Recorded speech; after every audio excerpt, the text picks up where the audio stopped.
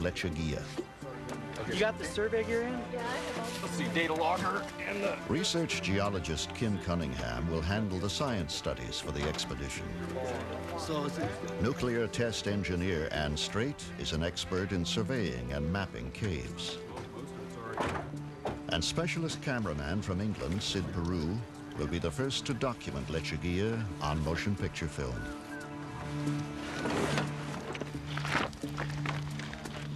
Yeah, no, that's fine. The journey begins with a deceptively ordinary hike.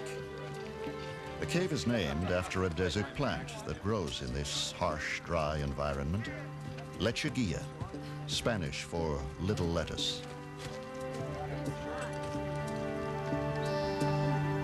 40 people will support the venture, including 2 support teams to pack in supplies and batteries for photographic lights. On high up! We tend to have this feeling that the surface of the Earth is the life of the Earth, but we're just this small, thin little shell that we choose to call our world. And beneath it, there's an entire realm that we know very little about. And we can, if we choose, enter that realm, and we can learn something from it. I will never go to the moon, but I can go to a cave that nobody else has been to and have that same elation of exploration and the sense that I've gone where no one's gone before. Bombs away. I would like to think that if I lived in another time, I would have been an explorer. You know, had I lived in the late 1700s, I would have wanted to know what was across the Appalachian Mountains. If I'd have been around when Lewis and Clark went to the coast, I'd have liked to have gone with them, you know. And I think most people that cave at this level and do this kind of exploration feel that way. Here, Bridges and his companions excavated to break into Lechuguilla for the first time. Now the entrance is protected by a lockable hatchway. Through this tiny aperture, the cave breathes, blowing air out or sucking it in to equalize with the barometric pressure above ground. Winds up to 60 miles an hour howl out of here, hinting at the vast underworld below. Today, this is Lechuguilla's only known entrance, and there may never have been another. For 1 million years, this place has lain undisturbed. In a real sense, it is a primordial world, untouched by all but microscopic forms of life. On route! It's a long ways down. See you guys on the bottom. Dave Jones starts down the 150-foot pit called Boulder Falls. It was here that the first explorers realized what a vast place they had discovered. As you progress down, it gets steeper and steeper, and pretty soon you're free hanging, but your feet are still against the rock. And all of a sudden, you rappel by this little ledge, and there's no more rock, and there's nothing in any direction.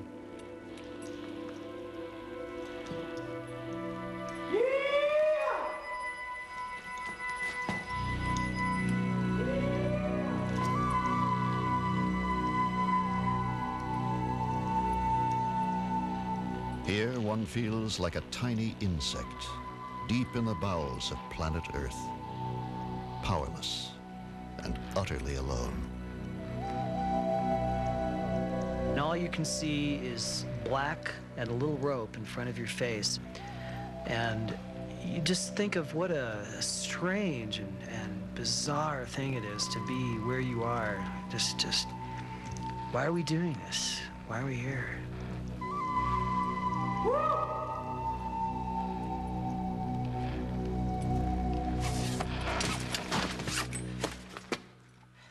Beyond the base of the pit, the cave branches off in all directions.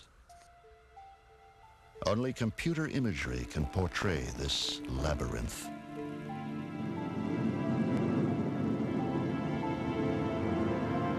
After the May 1986 exploration, the cave was known to be 700 feet deep and more than half a mile long.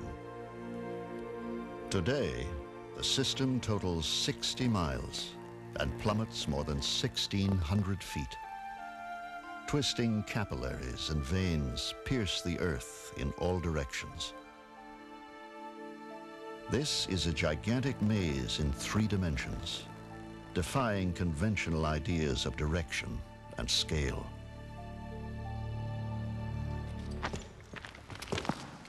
Footprints remain forever in this fragile environment.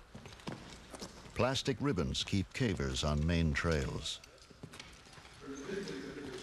Expeditions into Lechuguilla have been likened to exploring Everest, only in reverse. What's that one handhold? The team is headed for base camp, still hours away.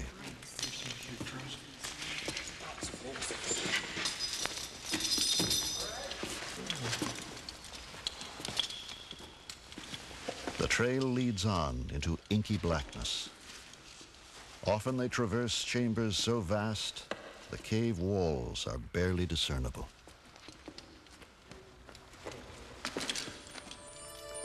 Gypsum crystals sparkle along the route.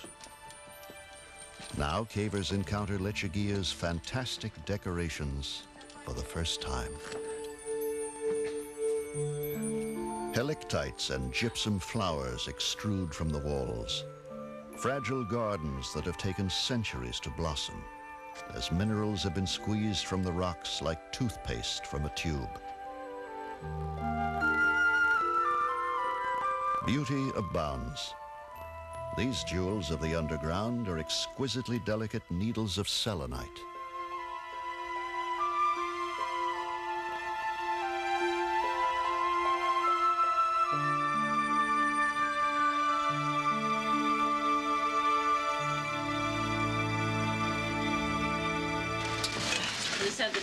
This got the biotubes and got it careful. With the constant maneuvering up, down, and through the cave's difficult terrain, 50-pound backpacks become painful burdens.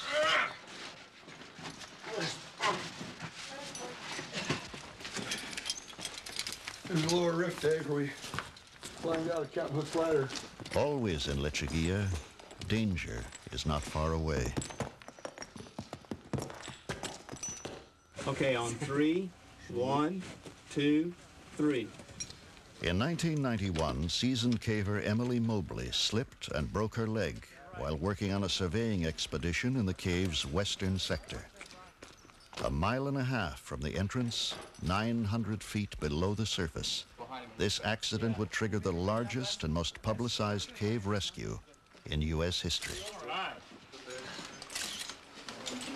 That'll wait do the work. Mark's back.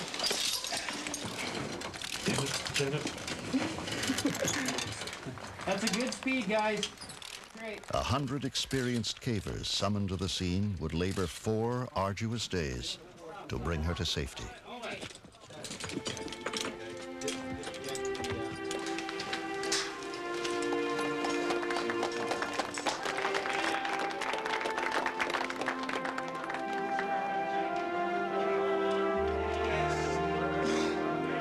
The bond of comradeship that unites the caving community was seldom more evident than during this emergency. Every caver knows and instinctively responds to the code of the underground, that only cavers can save and protect each other. Let's hear it for everybody.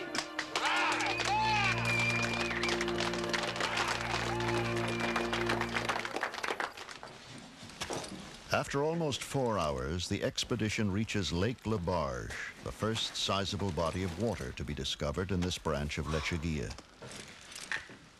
Beautiful. You know, one of the greatest sights in caving, eh? That's fantastic. This is Lake Labarge. Yeah. The Labarge warhole. It's easier now.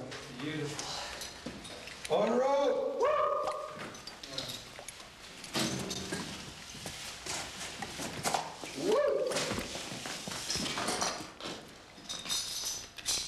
The lake completely blocks the way ahead. Cavers had to wade it until they found a detour. Tricky, but possible. Well, I think in particular moves like dancing around the edge of Labarge as almost a ballet, an underground ballet. I know where my footholds are, I know where my handholds are, I know if I hit them just right and I move just right. Some of them are kind of dynamic in so much as you leave one handhold while you're going for the next foothold. And if you do that just right and you have your pack balance just right, you flow through it real smoothly. And so I think it's very much like doing a dance, a very intricate dance, and you want to do it very perfectly. You know, it's very beautiful when you do. Deeper into the cave, mineral formations become more fantastic and delicate. Cavers must move among them with great care. Spikes of aragonite, one form of calcium carbonate, grow in fragile bushes. The gentlest touch could damage them.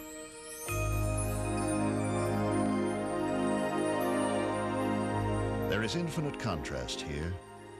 The now famous Chandelier Ballroom is one of caving's classic beauty spots.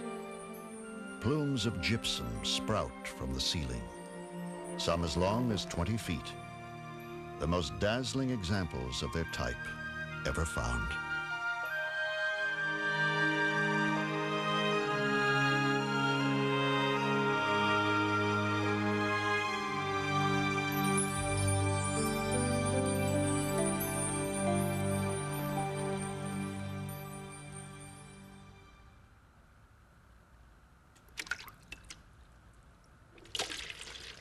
Utter silence pervades Lechuguilla. The only sound is made by the intruder. The sense of being alive is heightened. Some cavers say they can hear their own hearts beating.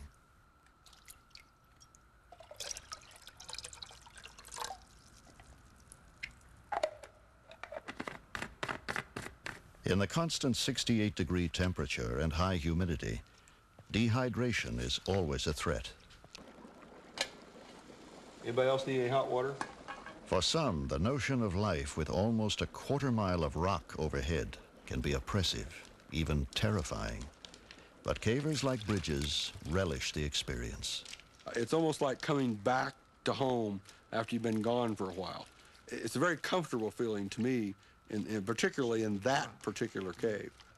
And you know, it's a sense of isolation. The world becomes very simple. Here, there is no day or night. If they ignore the time, cavers tend to stay awake and sleep for longer and longer periods.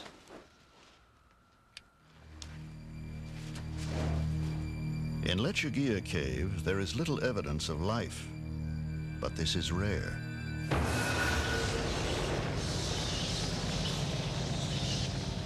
Many caves harbor a hidden kingdom of creatures, dominated by bats. Bats thrive in darkness. They navigate not by sight, but by subtle patterns of reflected sound. Some caves are home to millions of bats, the greatest concentration of mammals anywhere. Their nitrogen-rich droppings, or guano, are harvested as a fertilizer. Large deposits produce a toxic gas, which can be lethal.